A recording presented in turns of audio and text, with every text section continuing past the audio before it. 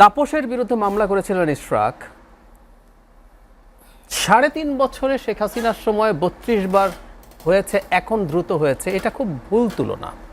শেখ হাসিনার সময় আইন আদালত কি হতো আমরা জানি। তাপসের বিরুদ্ধে যখন চ্যালেঞ্জ করছে আদালতে, সেই মামলার রায় হবে কিনা, ডেট হবে কিনা, এটা আমরা বুঝতে পারি। ওখানে সম্মুখ গতি হবে। শেখ হাসিনার সময় কোন মামলার গতি চলে না আর কোন মামলার গতি দ্রুত চলে, সেই সময়কার বিচারের সাথে এখনকার তুলনা করাটা ভুল।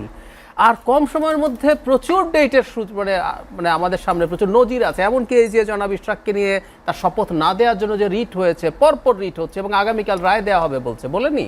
সো এটা হতে পারে, এটা আদালতের ডিসক্রিপশন, তারা যদি মনে করে তারা এটা করবে। এবং হাসিনার সময়ে যেই মামলাটা শেখ হাসিনা পরিবারের একজনের বিরুদ্ধে করা হয়েছে, সেই সময়কার গতি তুলনা করা ঠিক না।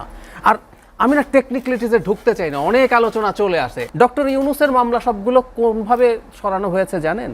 দর্শকরা নিশ্চয়ই খেয়াল করেছেন এটা। আমরা এই আলাপগুলো করি না, মানে হঠাৎ করে তো বাংলাদেশের এই শেখ হাসিনা বিরোধী মুভমেন্ট জুলাই আগস্টে হয় নাই। দীর্ঘ সময় আমরা শেখ হাসিনার একটা সমালোচনা করতাম যে তিনি তার বিরুদ্ধে দায়ের হওয়া মামলাগুলো সব এক্সিকিউটিভ অর্ডার দিয়ে তুলে নিয়েছেন। ডক্টর ইউনূসের প্রত্যেকটা মামলা একইভাবে তুলে নেওয়া হয়েছে। আমরা প্রশ্ন করি নাই, একদম একই কথা। আজকে আমি কথাটা আনলাম জাস্ট একটা এক্সাম্পল দেওয়ার জন্য, কোনটা করি কোনটা করি না, কখন করব। নাম্বার 2 হচ্ছে নির্বাচন কমিশন আপিল করে নাই কেন? মানে খেয়াল করি আমরা প্রথম কথা হচ্ছে কাউকে আপিল করতে হবে, আপিল করা কি ফরজ? উত্তর হচ্ছে না। আপনি একটা লোয়ার জুডিশিয়ারি রায় পাবেন, আপনি মেনে নিলে আপিল করবেন না, তারপর করলে আপনি হাইকোর্টে করবেন, তাও যদি হয় না আপনি আপিল বিভাগে করবেন, নাও হয় না রিভিউ চাইবেন। It depends. If you are satisfied with the verdict, আপনি কেন আপিল করবেন? আমি আসলে সেটাই বুঝলাম না। নির্বাচন কমিশন যদি দেখে থাকে এই মুহূর্তে এমন একজন মেয়র হতে যাচ্ছেন যিনি শেখ হাসিনার দোষর নন, যিনি এই লড়াইয়ে বাইরে ছিলেন, আদালতের রায় যেটা হচ্ছে উনি এটা মেনে নিতেই পারেন। কোনো একটা পক্ষ কেন আপিল করে নাই এটা প্রশ্নই হতে পারে না, লিগালি পারে না। উনি মেনে নিয়েছেন রায়, এবং এই মানার ফলে কি তাপস মেয়র হয়েছে? হয়নি তো, ইশরাক হচ্ছেন। শুরু থেকে একটা কথা বলার চেষ্টা করছি, এগুলো লিগ্যালিটিসের বিষয় না, একদম না। এই যে 2 রকম উদাহরণই আছে দেখেন। চিটাগংয়ের মেয়র দায়িত্ব পেয়েছেন, আবার বরিশালের পান নাই। সো আপনি বরিশাল দেখিয়ে বলতে পারেন উনি কেন পাবেন, আবার চিটাগং দেখিয়ে আমি বলতে পারি উনি কেন পাবেন না। এগুলো তো এই মন্ত্রণালয়ের অধীনেই হয়েছে না? তার মানেটা আমি আবারও বলার চেষ্টা করছি, এগুলো সামনে আনছেন আপনি, বিষয় এগুলো না। বিষয় আসলে একটা কনফ্লিক্ট। আমি মনে করি এনসিপির সাথে বিএনপির একটা সংঘাতময় পরিস্থিতি তৈরি হওয়ার প্রচেষ্টা শুরু হয়েছিল, এখন আস্তে আস্তে সেটা দাঁড়িয়ে গেছে। ধরো নির্বাচন কমিশন, তারা সংস্কারের বেশ কিছু জিনিস মানতে চায় না, এটা আমার কাছে খুবই অযৌক্তিক মনে হয়। বেশ কিছু চান না, তোরা না চাইলে কি আসে যায়? কেন বলছি? সংস্কারের 2টো দিক আছে। একটা হচ্ছে কিছু আইন দিয়ে চেঞ্জ করা যাবে, আর কিছু সংবিধান, আমার কমিশনের কথা বলছি, কিছু সংবিধান চেঞ্জ করতে হবে। তো সংবিধান তো এখন চেঞ্জ হবে না, আইন। এখন আইনও করা যাবে না কারণ পার্লামেন্ট নাই। তো সেই ক্ষেত্রে আমরা কি করি? অধ্যাদেশ জারি করি। ধরুন আরপিও, যে সংসদ সদস্য নির্বাচনের যেটা আছে, সেটার চেঞ্জ আছে, অর্ডিন্যান্স দিয়ে হয়ে যাবে। যেখানে যেখানে তারা মানেন না, সরকার অর্ডিন্যান্স দিলে নির্বাচন কমিশন মানতে হবে, তার কিছুই করার নাই এখানে। সুতরাং উনি যদি বলেও থাকেন যে আমি এটা মানি না, কিছু আসে যায় না।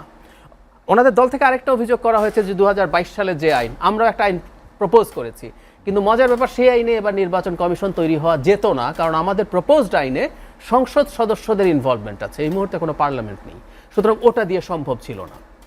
আর একটা কথা এই জায়গায় একটু যোগ করে দেই, নির্বাচন কমিশন না সরলে নির্বাচন হবে না। শেখ হাসিনা এই কথাটাই বলতেন। শেখ হাসিনা বলতেন নির্বাচন তো আমি করি না, নির্বাচন করে নির্বাচন কমিশন, আমি একটা চমৎকার নির্বাচন কমিশন করে দেব, সুন্দর মতো নির্বাচন হবে, বলেছেন। এবং টেকনিক্যালি আমাদের কনস্টিটিউশনালি নির্বাচন কমিশন স্বাধীন কমিশন। আমরা কি বলতাম? আমরা বলতাম ফেরেশতা নির্বাচন কমিশন হলেও ভালো নির্বাচন হবে না যদি না সরকার ঠিক থাকে। বাংলাদেশে যদি ভালো নির্বাচন না হয় তার দায় ডক্টর ইউনূস সরকারের। আমরা কেন তত্ত্বাবধায়ক সরকারের জন্য এত ফাইট করতে গেলাম? আমাদের হাতে কি উদাহরণ আমরা এতবার দেই নাই? বিচারপতি রৌফ শাহাবুদ্দিনের অধীনে চমৎকার জেনারেল নির্বাচন করেছে, আর বিএনপি যখন ক্ষমতায় আসলো তখন একটা মাগুরা নির্বাচন উনি ঠিক মতো করতে পারে নাই, এই একই কমিশন। সো ফ্যাক্টর কোনোদিন নির্বাচন কমিশন না। তাহলে নির্বাচন কমিশন নিয়ে আলাপ কেন? কারণ ওনারা সরকারকে প্রশ্নের মধ্যে তুলবেন না। এই নির্বাচন কমিশন তো সরকার তৈরি করেছেন, ওনারা একটা প্রক্সি ফাইট করছেন বিএনপির সাথে। সেই ফাইটটা এখন এটা ভালো কি খারাপ ইজ এ ডিফারেন্ট ডিবেট। ওনারাও পলিটিক্যাল পার্টি, তারাও বিএনপির সাথে এখন যেহেতু তাদের প্রধানতম একটা কম্পিটিটর, তাদের সাথে তারা এটাই যাবেন। তারপরে তারা এখন উপদেষ্টার আলাপ তুলছেন। দেখেন আপনি 3 জন উপদেষ্টাকে বলছেন যে তারা বিএনপির সাথে অ্যালাইন্ড, আর ওনাদের দলের যিনি প্রধান, ধরুন জনাব নাহিদ ইসলাম, আচ্ছা উনি কি একদিন সকালে ওনার ঘুম থেকে উঠে মনে হলো আচ্ছা আমি এনসিপিতে জয়েন করব? না, উনি আগে থেকে এবং সাক্ষাৎকারও দিয়েছেন যে উনি এটা ভাবছেন, পত্রিকায় এসছে, এবং যেদিন উনি যাবেন রিজাইন করে যাবেন। তো একটা মানুষ সরকারে ছিলেন যিনি একটা দলের প্রধান হচ্ছেন। বিএনপির তো অন্তত এরকম কেউ নাই যে 3 জন বলতেছে যে আমরা বিএনপিতে জয়েন করতে পারি, আমরা আপাতত সরকারে আছি, যখন জয়েন করব তখন রিজাইন করব, তা তো না। ছাত্র উপদেষ্টা আরও 2 জন রয়ে গেছেন, তারাও জয়েন করতে পারবেন বলে বলা হচ্ছে। তারা সেই জায়গায় ঘোষিত মানুষ, আর এটার সাথে এটা তুলনা করা কি একই হচ্ছে? তো একদিন আমি খুব কনফার্ম না, ইয়েল বা কর্নেল ইউনিভার্সিটির এক লয়ার প্রফেসরকে একটা MSNBC বা কোনো একটা চ্যানেল এনেছে, আমি তার কথা শুনছিলাম। তো বলছি যে এখন কী করার আছে, মানে আমেরিকার তো ইনস্টিটিউট ভালো, সেপারেশন অফ পাওয়ার আছে, সুপ্রিম কোর্ট রায়ও দিয়েছে ট্রাম্পের বিরুদ্ধে, তো বলছে এখন কী করার আছে? তো উনি ফান করে বলেছেন আমাদের সুপ্রিম কোর্টের না একটা সেনাবাহিনী এবং পুলিশ লাগবে আলাদা, যদি কেউ এর আদেশ না মানে ওই সেনাবাহিনী গিয়ে সেটা মানাবে, মানে ট্রাম্পের এখন ঘাট ধরে মানাতে হবে। What I am trying to say, আমরা যারা মনে করছি কিছু ইনস্টিটিউট তৈরি করতে পারলে, কিছু আইন ভালো মতো লিখলে, কিছু সংবিধান লিখলে দেশ অসাধারণ ডেমোক্রেটিক হয়ে যায়, পৃথিবীতে এই আলোচনা বহু আগে শেষ। ট্রাম্প 3rd টার্ম ইলেকশন করতে পারবে বলে প্রথম মনে করছিল ফান, এবার সিরিয়াসলি বলছে এটা ওদের কনস্টিটিউশনাল রাইট। 2বারে বেশি কনস্টিটিউশনে লেখা আছে আপনি 2বারে বেশি করতে পারবেন না, উনি 3য় বার করবেন বলছেন তো। এবং অনেকে বলছে এখন তাকে কিভাবে ঠেকানো হবে, নোবডি নোজ। কোর্টে গেলেন, কোর্ট রায় দিল তুমি পারবা না, ও দাঁড়িয়ে গেল। এগুলো ঘটছে আমাদের চারপাশে এখন, এগুলো ঘটছে। নির্বাচন নিয়ে জাহিদ ভাই একটি বিষয়, সেটি তুষার ভাই যেটি উল্লেখ করেছেন যে এই যে চাপ প্রয়োগ করার যে সংস্কৃতি, দাবি মানানোর যে প্রক্রিয়া, যেটি এনসিপিকে অনুসরণ করে ইশরাকও করছে, ইশরাক সমর্থকরা করছে, আপনি জানেন যে তারা আজকে অবস্থান করবে। কালকে কথা বলছি না তো, Jahangirnagar university, Jagannath university teacher সহ সবাই আসলেন, উদ্ভট দাবি, আমি উদ্ভট শব্দটা জেনে শুনে বলছি, স্টুডেন্ট শুধু না, মানে যথেষ্ট ম্যাচিওর টিচাররা এসে বলছেন আমি যেহেতু হলে সিট পাই না তাই আমাকে মহার্ঘ হলে থাকার টাকা আমাকে দিতে হবে, এরকম দাবি ওনারা করছেন। আমি যে বাজেট দেব সরকারকে ওইটা চোখ বন্ধ করে মেনে নিতে হবে। তো উনি দেখেছেন তো চাপে কাজ হয়, এটাই তো নিয়ম। আমি প্রায় বলি 100টা মাজার কেন ভাঙলো, কারণ দেখা গেলো ভাঙার পরে কিছু হয় না, 5টা 10টা 15টা 20টা হতে হতে 100টা ভেঙে গেছে, কারণ আপনি চাপ যদি দিতে পারেন সামহাউ আপনি অর্জন করতে পারেন, তাই হয়েছে। সুতরাং ইশরাক তো ওই দেখানো পথেই গেছে, বরং উনি একটু কম লাকি। আমি ধারণা করি ইশরাক যেতে চাইলে নিরাপত্তা বেষ্টনীটা ভাঙতে দেওয়া হতো না, ওইটার জন্য জনাব হাসনাত আবদুল্লাহ লাগবে। ওনাকে খেয়াল করি আমরা, একটা বেসিক কথা হচ্ছে আইন। আমরা খেয়াল করছি একটা প্রধান উপদেষ্টা যে প্রধান বা শেষ নিরাপত্তা বেষ্টনী, অথচ ওই এলাকায় মিছিল নিয়ে যাওয়া যাবে না, আপনার দাবি যত লজিক্যাল হোক না কেন। এই যে স্টেটের স্ট্রাকচার বলছেন তাসনুভা, স্ট্রাকচার বুঝতে হলে এভাবেই বুঝতে হবে। 2বার নিষেধাজ্ঞা দিয়েছে, তাতে কাজ হয়নি। না একটু খেয়াল করি, না হবে না। আইন যখন হবে সেটা কোনো দাবিতেই, যত লজিক্যাল দাবি হোক না কারণ এই দেশে 100% মানুষও যদি দাবি করে আওয়ামী লীগ নিষিদ্ধ হবে, হাসনাত আবদুল্লাহ ওই অঞ্চলে মিছিল নিষিদ্ধ, ওখানে মিছিল নিয়ে যাবেন না। আর নিরাপত্তা বেষ্টনী তো ভাঙার প্রশ্নই আসে না। যে অ্যানিমাল ফার্ম বলেছিল না, all animals are equal but some animals are more equal than others, Hasnat Abdullah তো মোর ইকুয়াল হয়ে গেলেন, এটা হবে না। অথচ ওনারাই কিন্তু সংস্কার এবং স্ট্রাকচারের কথা বলছেন। যে হাসনাত আবদুল্লাহ এই দলের এত গুরুত্বপূর্ণ নেতা, উনি এটা খেয়াল করেন নাই, বা ওইটুকু খেয়াল করার ম্যাচুরিটি তার নাই, উত্তেজনার বসে যে আমি সংস্কারের কথা বলি, আমি একটা গুরুত্বপূর্ণ আইন ভাঙছি, কোনো দাবিতে করা যাবে না, যে আইন সেই আইন কাজ করবে, এটাই নিয়ম, এভাবেই হওয়ার কথা ছিল। এখন যে ইশরাক সমর্থকরা 2 জন উপদেষ্টার পদত্যাগ চেয়ে বসলেন এবং দাবি আদায় না হওয়া পর্যন্ত তারা রাজপথেই থাকবেন, ঘুরে ফিরে একই কথা, রাজপথে দিয়ে তো দাবি আদায় করা যায়, চাপ প্রয়োগ করে যায়। আপনি মব তৈরি করুন বলুন, আন্দোলন বলুন, যে ভাষায় বলুন না কেন, এটা তো সরকার দেখিয়েছে।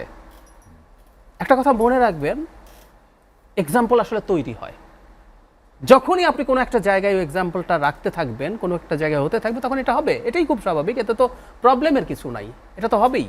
আমি আরেক দু একটা জিনিস একটু অ্যাড্রেস করতে চাই নির্বাচন দেরি নিয়ে, এবং প্রত্যেকটা মানুষ এই যে সংস্কার বা শুধু নির্বাচন চায় নাই এটা নিয়ে। নির্বাচন দেরি নিয়ে এনসিপি যদি দেরি করতে চায়, সময় নিতে চায়, I am fine with that, এটা রাজনীতি। বিএনপি চিন্তা করছে আমি অনেক আগেই রেডি করে ফেলি, আমার লোকজন বিভিন্ন জায়গায় অনিয়ম দুর্নীতির সাথে জড়াচ্ছে, আমার বদনাম হচ্ছে, আমি করে ফেললে ভালো, ও ওরটা চাইবে। এনসিপি ডিসেম্বরে 1 বছর হবে, 3 মাস বাড়া মানে ও 25% বেশি সময় পাওয়া, ওইটা ভাবতেই পারে। প্রবলেম সেখানে না, প্রবলেম হচ্ছে এই জায়গায় তারা কারো খেলার পার্ট হিসেবে ইউজড হচ্ছে। গেমের একটা ভ্যালিড গ্রাউন্ড আছে, যে উপদেষ্টা এলজিআরডি উপদেষ্টার কথা বলছি, সেই উপদেষ্টাকে রেফার করেছেন একজন খুবই আলোচিত সোশ্যাল ইনফ্লুয়েন্সার, যিনি বলেছেন সেনাপ্রধানকে তিনি একটা কিছু ঝামেলায় ফেলবেন দুদিন আগে। তারপর জনাব আসিফ মাহমুদের ভিডিও এসছে প্রধান উপদেষ্টার সাথে সেনাপ্রধানের কি সমস্যা, পরে সেটাকে রেফার করে বলা হয়েছে দিস ইজ দ্যাট স্টেপ। তাই যদি হয়ে থাকে আমাদের জায়গা থেকে, এবং সেই ইনফ্লুয়েন্সার এখন বলছেন এই সরকার 5 বছর থাকতে হবে, ক্লিয়ারলি উনি কোনো রাগ ঢাক করছেন না। তাই যদি হয়ে থাকে তাহলে কি আমরা যদি বলি এটা অ্যালাইন্ড, এবং ঘটনাটা কিন্তু এই মন্ত্রণালয়কে কেন্দ্র করেই ঘটছে, তাই না? ফাইনালি মানুষ আসলে কি চেয়েছিল? মানুষ আসলে কি চেয়েছিল? একটা সহজ পাল্টা কথা যদি বলি, ধরুন সব মানুষ সংস্কার চেয়েছে, সব মানুষ চেয়েছে বাংলাদেশে বাইক্যামেরাল পার্লামেন্ট হবে, আপার হাউসে এটা হবে, 2বারের বেশি প্রধানমন্ত্রী হবে না, সব যদি চেয়ে থাকে মানুষ, নির্বাচনে তো সেটার প্রতিফলন হওয়ার কথা। আমি তো ভিন্ন, মানে আমি আমার চাওয়ার জায়গাটা যদি বলি, অন্তত 2011 থেকে আমি প্রায় বলি যে অন্তত 14 বছরের অ্যাক্টিভিজমের হিস্ট্রি আছে। 2011 কেন, এর আগে থেকেই লিখি ব্লগে। 11 সালে শেখ হাসিনা যেদিন তত্ত্বাবধায়ক সরকার বাতিল করে 15 সংশোধনী করলেন, সেদিন বুঝে গেছি আসলে ওনার মাথায় কি আছে। Then I did start everything. So এই পুরো জার্নিটা আমি জানি, আরও কে কী করেছে এগুলো আমার দেখা আছে। আমরা যখন এগুলো করছি তখন অনেকেই অ্যাডাল্ট হওয়ার পরও শেখ মুজিবের গুণগান গাচ্ছেন এনসিপির লোকজন। 18 সালের নির্বাচনের রাতের ডাকাতির পরও করেছে, এগুলো আমরা জানি। তো সুতরাং আমাদের এগুলো দেখা আছে। মানুষ আসলে কি চেয়েছিল আমি পাল্টা এভাবে বলি, শহীদ মিনারে 3 তারিখ বলা হয়েছিল শেখ হাসিনার পতন এবং ফ্যাসিবাদী ব্যবস্থা বিলোপের জন্য এসব করতে হবে। আমি পাল্টা আমার ধারণা, এটা আমার পারসেপশন, আবারও বলছি এই জার্নি আমি অনেকের চেয়ে অনেক বেশি সময় ধরে দেখেছি। যদি 3 তারিখ বলা হতো শেখ হাসিনার পতন এবং আগামী 10 বছরের জন্য সেনা শাসন থাকবে বাংলাদেশে, আই বিলিভ মানুষ ঘরে ফিরে যেত না। তার মানে আসলে মানুষের প্রধান ইস্যু এবং একমাত্র ইস্যু, কারণ সবাই একত্র হলো কেন, একটা কমন পড়েছে, আসলে একটাই কমন পড়েছে। হ্যাঁ, এর মধ্যে অনেকে সংস্কার চেয়েছে এবং সংস্কার রাষ্ট্রের জন্য ভালো। যে মানুষের টিসিবি ট্রাকের পেছনে লাইনে দাঁড়ায় 250 টাকা বাঁচানোর জন্য 5 ঘন্টা, উনি সংস্কার বোঝে না। আসলে সংস্কার ওনার লাভ হবে কিন্তু বোঝেন না। সুতরাং শেখ হাসিনাকে সরানো এবং মানুষের ভোট দেওয়ার অধিকার। অ্যান্ড ফাইনালি শুধু যদি আপনি ঠিকঠাক মতো ভোট দিতে পারেন, আমি তাসনিফার সাথে এই আলোচনা করতে প্রস্তুত আছি, বা এনসিপির যারা আছেন তাদের সাথে করতে প্রস্তুত আছি, এটি নিয়ে যথেষ্ট এম্পেরিক্যাল এভিডেন্স আছে। অ্যাকসেপ্টেবল পার্টিসিপেটরি ইলেকশন যদি আপনি একটার পর একটা করতে পারেন, রাষ্ট্রের সংস্কার হয়ে যায়।